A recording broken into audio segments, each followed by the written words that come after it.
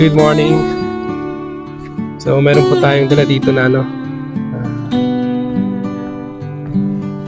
tingnan natin kung ano nangyari dito sa itatanim natin na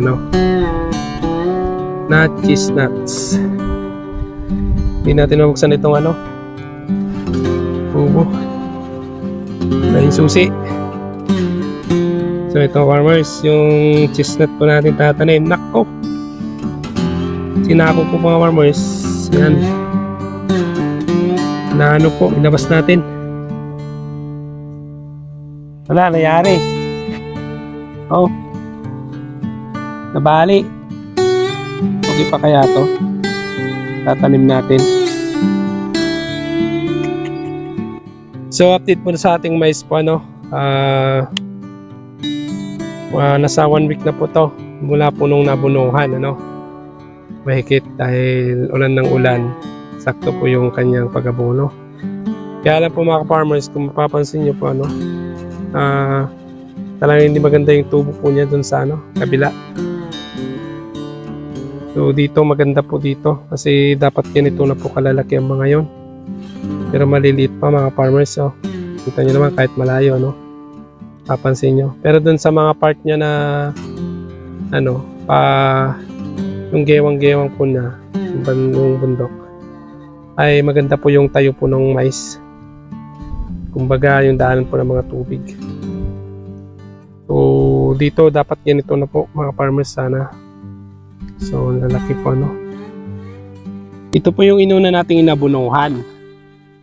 So ang kalahati po na ito mga farmers. So para mas mabilis siyang lumaki talaga ito yung una natin nabunuhan.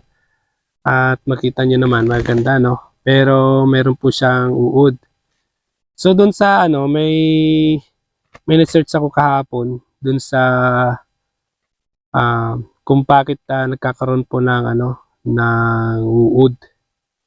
So ang tawag nila dun ay fall armyworm. So kung mapapansin nyo mga farmers, ito po yung tanim po natin. Tingnan nyo po So habang lumalaki siya, naubos po yung kanyang dahon. So ito sa dahon lang naman, dito sa pinakaubod po niya, wala po mga farmers. So tingnan po natin, based po sa napanood ko, research ko po, meron pong doon, nagsabi na itong fall armyworm ay hindi po siya basta-basta namamatay.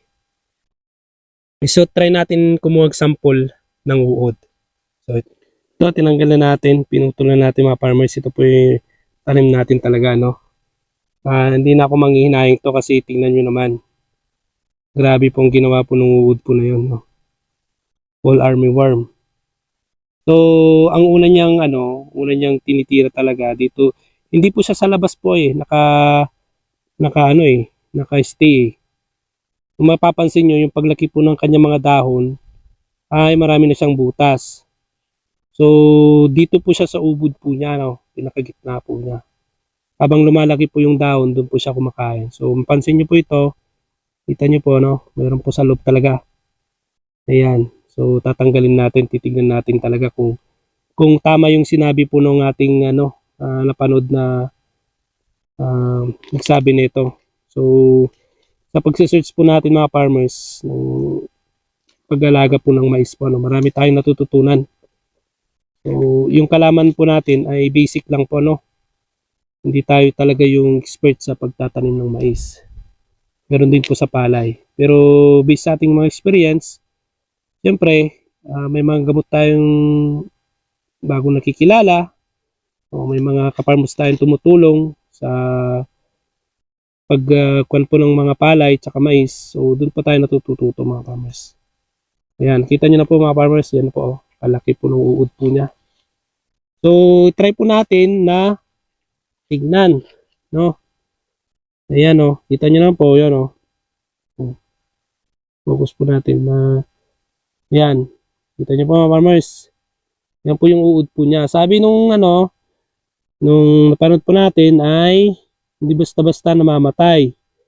So tignan natin yung uod niya. So yan. Ito natin dito.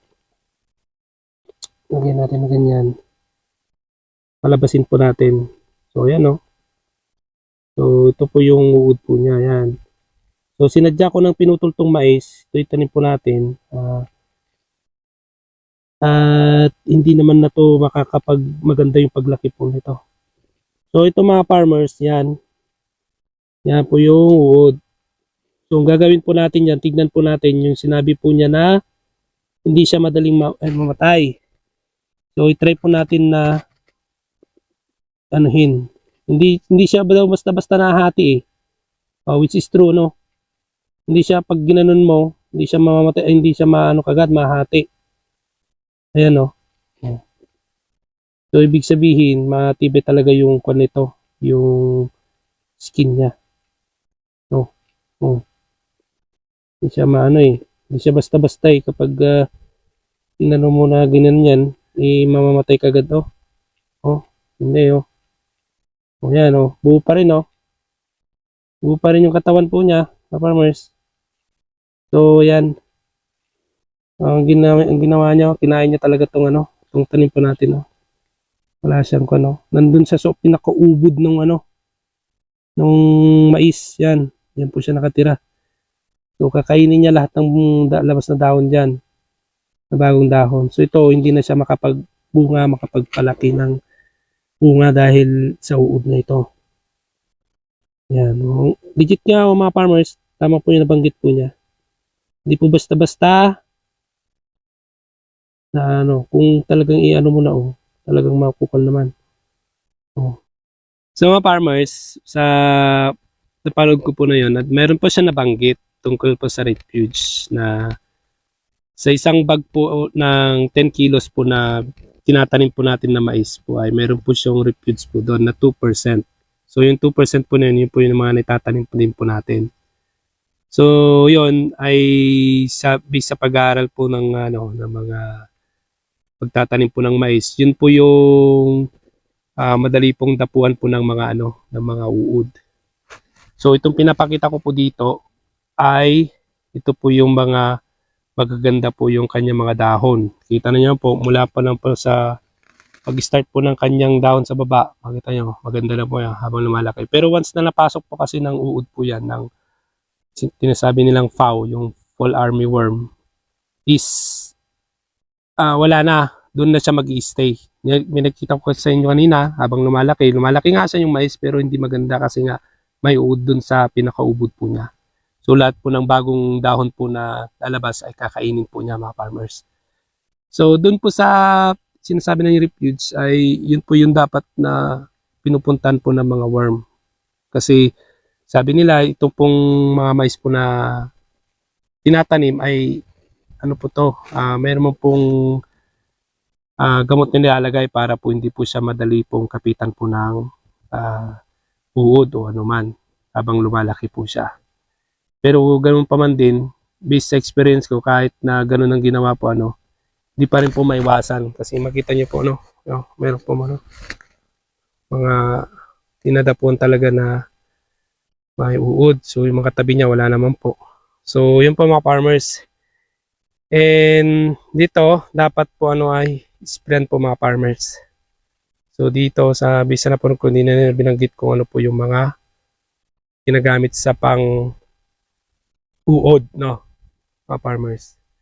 Hindi na nabanggit. Basta meron po siyang ginamit na pang-uod na ang pag-spray daw po mga farmers ay hindi po pa ganon, kundi parang paisa-isa po na ganon.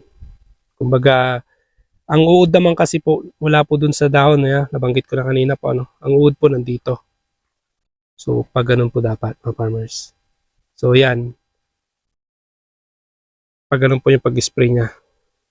So, dun sa taas, pababa. So, yan po mga farmers, yung po natin sa tanim po na mais, update po natin, Ang ganda po dito. Pwede nyo po i-comment po dito yung mga ginagamit nyo po na mga pang mais po, na pang-uod. Like, ito po, fall army worm, kung paano po siya, ano po yung ginagamit nyo po dito na pamatay po na, na insecticide po, para po Mabasa rin po yung mga iba po natin nagpa-farm po sa mais po. No? Pwede nyo pong i-comment po dito. Ah, kasi ito, hindi pa po na-sprayan. Sinasabi ko sa kasama ko na mag-spray din po siya para po sa ganun po ay maiwasan po natin yung pag-loss po no, ng dapat na maani po dito. Kasi yan, hindi niya na po hayaan na ano yan, baka pagbunga hanggang sa lumaki po siya.